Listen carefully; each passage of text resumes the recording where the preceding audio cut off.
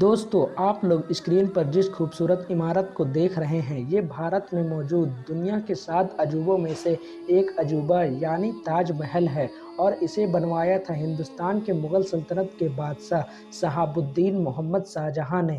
دوستو شاہجہاں بادشاہ نے ہندوستان میں صرف تاج محل ہی نہیں بنوایا بلکہ تاج محل جیسے خوبصورت بے شمار عمارتیں بنوائی تھیں۔ ہندوستان کی خوبصورت عمارتوں کے 80% عمارت ایسے ہیں جس کی بیک گراؤنڈ کو اگر آپ لوگ پڑھیں گے یعنی اس کی ہسٹری کو دیکھیں گے تو اس کا تعلق کہیں نہ کہیں شاہجہاں سے ملے گا۔ فی الحال دوستو مغل سلطنت کی اس 5ویں سیریز کی ویڈیو میں آج ہم بات کریں گے شہاب الدین محمد شاہجہاں کے بارے میں۔ ہم جانیں گے کہ شاہجہاں کون تھا اور اس کے پیدا ہونے سے لے کر موت تک کا سفر کتنا مشکل اور کتنا آسان تھا اور اس نے مغل سلطنت کے کس طرح سنبھالا تھا۔ تو دوستو آج کی اس ویڈیو میں ہم شاہجہاں سے ریلیٹڈ بہت سی چیزیں جاننے کی کوشش کریں گے۔ تو دوستو ویڈیو شروع کرنے سے پہلے ہماری آپ سے ایک چھوٹی سی گزارش ہے کہ نئے آنے والے لوگ چینل کو سبسکرائب کریں اور ساتھ ہی ہماری حوصلہ افزائی کے لیے ویڈیو کو لائک ضرور کر دیا کریں تاکہ اسی طرح کے نالجبل اور ہسٹوریکل ویڈیوز کا یہ سلسلہ ہم جاری رکھ سکیں۔ یہ کہانی ہے اس دور کی کہ جب مغل سلطنت کے تیسرے سلطان یعنی اکبر کا راج تھا۔ 5 جنوری 1592 کو اکبر بادشاہ کے یہاں ایک پوتا پیدا ہوا۔ اکبر نے اپنے پوتے کو خوشی میں گود میں لیا اور اس کا نام خرم رکھا۔ یہ وہی بچہ تھا جو پوری دنیا میں آگے جا کر شاہجہاں کے نام سے پرسدھ ہوا۔ شاہجہاں کو بچپن سے ہی تیر اندازی، گھوڑ سواری اور تلوار بازی جیسی چیزوں کا بہت شوق تھا، لیکن وہ ان تمام چیزوں کے ساتھ ساتھ پڑھائی میں بھی بہت دلچسپی رکھا کرتا تھا۔ اسی وجہ سے شاہجہاں کی کئی سبجیکٹس میں مہارت بھی حاصل تھی۔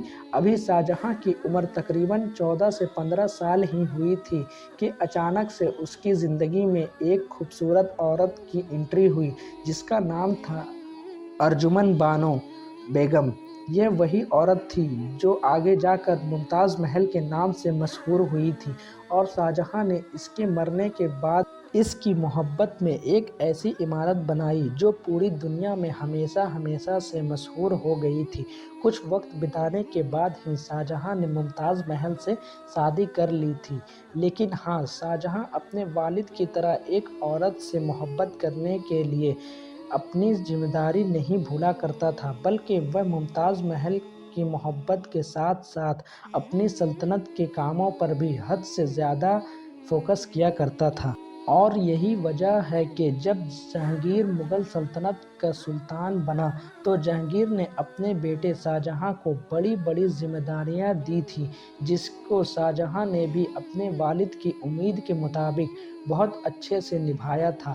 1614 میں جہانگیر نے اپنے بیٹے شاہجہاں کو 12,000 کی فوج لے کر میواڑ کی طرف روانہ کیا تاکہ وہ میواڑ کو فتح کر سکے۔ شاہجہاں نے بھی اپنے بہادری اور اپنی ہوشیاری کو ثابت کرتے ہوئے میواڑ کو جیت لیا تھا۔ میواڑ کو جیتنے کے ساتھ ساتھ اس نے ہندوستان میں ہو رہے چھوٹے بڑے تمام بغاوتوں کو ختم کیا۔ جہانگیر اپنے بیٹے شاہجہاں کی انہی تمام ہوشیاری سے بہت خوش ہوا، لیکن جیسے جیسے شاہجہاں کی بڑی بڑی کامیابی ہاتھ لگ رہی تھی ویسے ویسے شاہجہاں کو من ہی من خود سلطان بننے کی خواہش جگتی جا رہی تھی، لیکن کیونکہ جہانگیر کے سب سے پیاری اور قریبی بیوی یعنی نور جہاں جہانگیر کے دوسرے بیٹے جو اس کا خود کا داماد بھی تھا جس کا نام شہریار تھا اسے اگلا سلطان بنانا چاہتی تھی۔ اور ظاہر ہے جیسا کہ ہم نے پچھلے ویڈیو میں آپ کو بتایا کہ جہانگیر نور جہاں کے کسی بھی بات کا انکار نہیں کیا کرتا تھا، اسی لیے شاہجہاں کو یہ خطرہ ستانے لگا تھا کہ کہیں ایسا نہ ہو کہ کہیں جہانگیر کے بعد میرا بھائی شہریار مغل سلطنت کا اگلا سلطان بن جائے۔ اسی ڈر سے شاہجہاں نے اپنے باپ جہانگیر کے خلاف بغاوت کر دی، لیکن شاہجہاں کی یہ بغاوت ناکام رہی اور جہانگیر نے کچھ دیر میں ہی یہ بغاوت کو کچل دیا۔ اب شاہجہاں کو خطرہ ہونے لگا کہ کہیں اسے قتل کرنے کا آرڈر جاری نہ ہو جائے، اسی لیے اس نے اپنے والد کو معافی نامہ لکھنا شروع کر دیا اور اس نے اپنے سب سے قابل 2 بیٹے یعنی اورنگزیب اور دارا شکوہ کو بھی اپنے والد جہانگیر کی خدمت میں پیش کر کے معافی کی درخواست کی۔ جہانگیر نے شاہجہاں کے اوپر ترس کھا کر شاہجہاں کو معاف کر دیا۔ شاہجہاں اپنے والد کے محل میں واپس آ گیا اور پھر سے ایک نارمل زندگی گزارنے لگا، لیکن کچھ عرصے کے بعد جہانگیر کا انتقال ہو گیا۔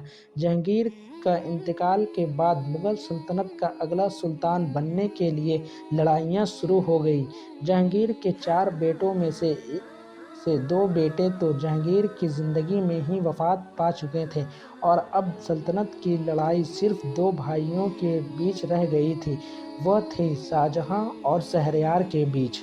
لیکن جس وقت جہانگیر کی موت ہوئی اس وقت شاہجہاں حیدرآباد کے علاقے میں تھا جو لاہور سے کافی دور ہوا کرتا تھا۔ اسی وجہ سے جہانگیر کی موت کے فوراً بعد شاہجہاں کے سسر آصف جاں نے اپنی بہن نور جہاں کو نظر بند کرا دیا تاکہ وہ اپنے داماد یعنی شہریار کی مدد نہ کر سکے، اور آصف جاں نے شاہجہاں کو فوراً ہی خط بھیجا کہ وہ تیزی کے ساتھ آگرہ کی طرف چلا آئے، اور آصف جاں خود بھی ایک بڑی فوج لے کر لاہور کی طرف روانہ ہو گیا، جہاں پر پہلے ہی شاہجہاں کا دوسرا بھائی شہریار اپنی بادشاہت کا اعلان کر چکا تھا۔ شہریار کا اپنی بادشاہت کا اعلان کیے ہوئے ابھی تھوڑا وقت ہی ہوا تھا کہ شاہجہاں کا سسر یعنی آصف جاں ایک بڑی فوج لے کر لاہور میں داخل ہو گیا۔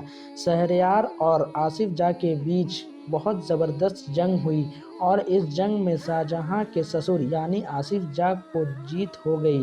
آصف جاں نے شہریار کو بندی بنا کر آگرہ کی طرف روانہ کر دیا اور شاہجہاں کے پہنچنے سے پہلے ہی وہاں پر شاہجہاں کی سلطنت کا اعلان کر دیا۔ شاہجہاں کے نام کا خطبہ پڑھا گیا اور آخر کار 14 فروری 1668 کو شاہجہاں کے پہنچنے پر اس کی تاجپوشی بھی کر دی گئی اور اس طرح سے شاہجہاں مغل سلطنت کا 5واں سلطان بنا۔ بادشاہ بننے کے بعد اپنے سوتیلی ماں نور جہاں کو 20 لاکھ وظیفہ مقرر کر دیا گیا۔ شاہجہاں کی سلطنت کا پورا دور ہندوستان کے لوگوں کے لیے بہت امن اور شانتی کے ساتھ گزرا۔ آپ کو شاید جان کر حیرانی ہوگی کہ مغل سلطنت میں شاہجہاں کے دور کو ہی مغلوں کا گولڈن ایج کہا گیا ہے، کیونکہ اس کے دور میں ہندوستان کے بہت خوبصورت عمارت بنائی گئی تھیں، چاہے آگرہ کا تاج محل ہو یا دلی کی جامع مسجد ہو یا پھر دلی کی لال قلعہ، اور اس جیسی بہت سی عمارتیں جو دنیا میں مشہور ہیں وہ شاہجہاں نے ہی بنوائی تھی۔ دوستو، آج کے دور میں دلی کے جس علاقے کو پرانی دلی کے نام سے جانا جاتا ہے اسے بھی شاہجہاں نے ہی بسایا تھا اور اس کا پہلا نام بھی شاہجہاں آباد تھا کیونکہ اسے شاہجہاں نے ہی آباد کیا تھا۔ اس کے علاوہ شاہجہاں نے اپنا ایک تخت بھی بنوایا تھا جسے شاہجہاں اسی تخت پر ہی بیٹھا کرتا تھا۔ یہ تخت بڑا ہی قیمتی تھا۔ اس تخت کے دونوں سائیڈز میں ایک ایک مور بنائے گئے تھے اور ہر مور کے چونچ میں ہیرے کی لڑی پروئی گئی تھی۔ اس تخت کے چاروں پائے سونے کے بنائے گئے تھے اور اسی تخت طاؤس کا نام سے جانا جاتا تھا۔ ویسے تو شاہجہاں بادشاہ کی پوری بادشاہت ہی بہت خوشحالی سے گزری تھی، لیکن خود شاہجہاں بادشاہ کو اس وقت سب سے زیادہ صدمہ لگا جب اس کی پیاری بیوی یعنی ممتاز محل کا انتقال ہو گیا، کیونکہ ممتاز محل سے شاہجہاں بے پناہ محبت کیا کرتا تھا، اس لیے اس کے انتقال کے بعد وہ ہمیشہ روتا رہتا تھا۔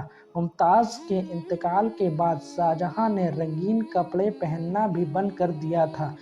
وہ ہمیشہ سفید اور سادہ لباس پہننا شروع کر دیا۔ شاہجہاں نے ممتاز محل کے انتقال کے بعد اپنا دربار لگانا بھی بند کر دیا تھا۔ ہمیشہ غم میں اور روتے رہنے سے شاہجہاں کے سر اور داڑھی کے بال سفید ہو گئے تھے۔ اس نے اپنی سلطنت کا سارا کام اپنے سسر اور اپنے وزیر آصف زاہ کے حوالے کر دیے تھے۔ وہ بس زیادہ تر بڑی بڑی عمارتوں کو بنوانے میں ہی بزی رہا کرتا تھا۔ دوستو، جس طرح شاہجہاں نے خود سلطنت پانے کے لیے اپنے ہی بھائیوں سے جنگ کیا، اسی طرح شاہجہاں کے بیٹوں نے بھی جنگ شروع ہو گیا اور شاہجہاں کچھ کر بھی نہ سکا، چپ چاپ اپنے تمام بیٹوں کو آپس میں لڑتے ہوئے دیکھ رہا تھا۔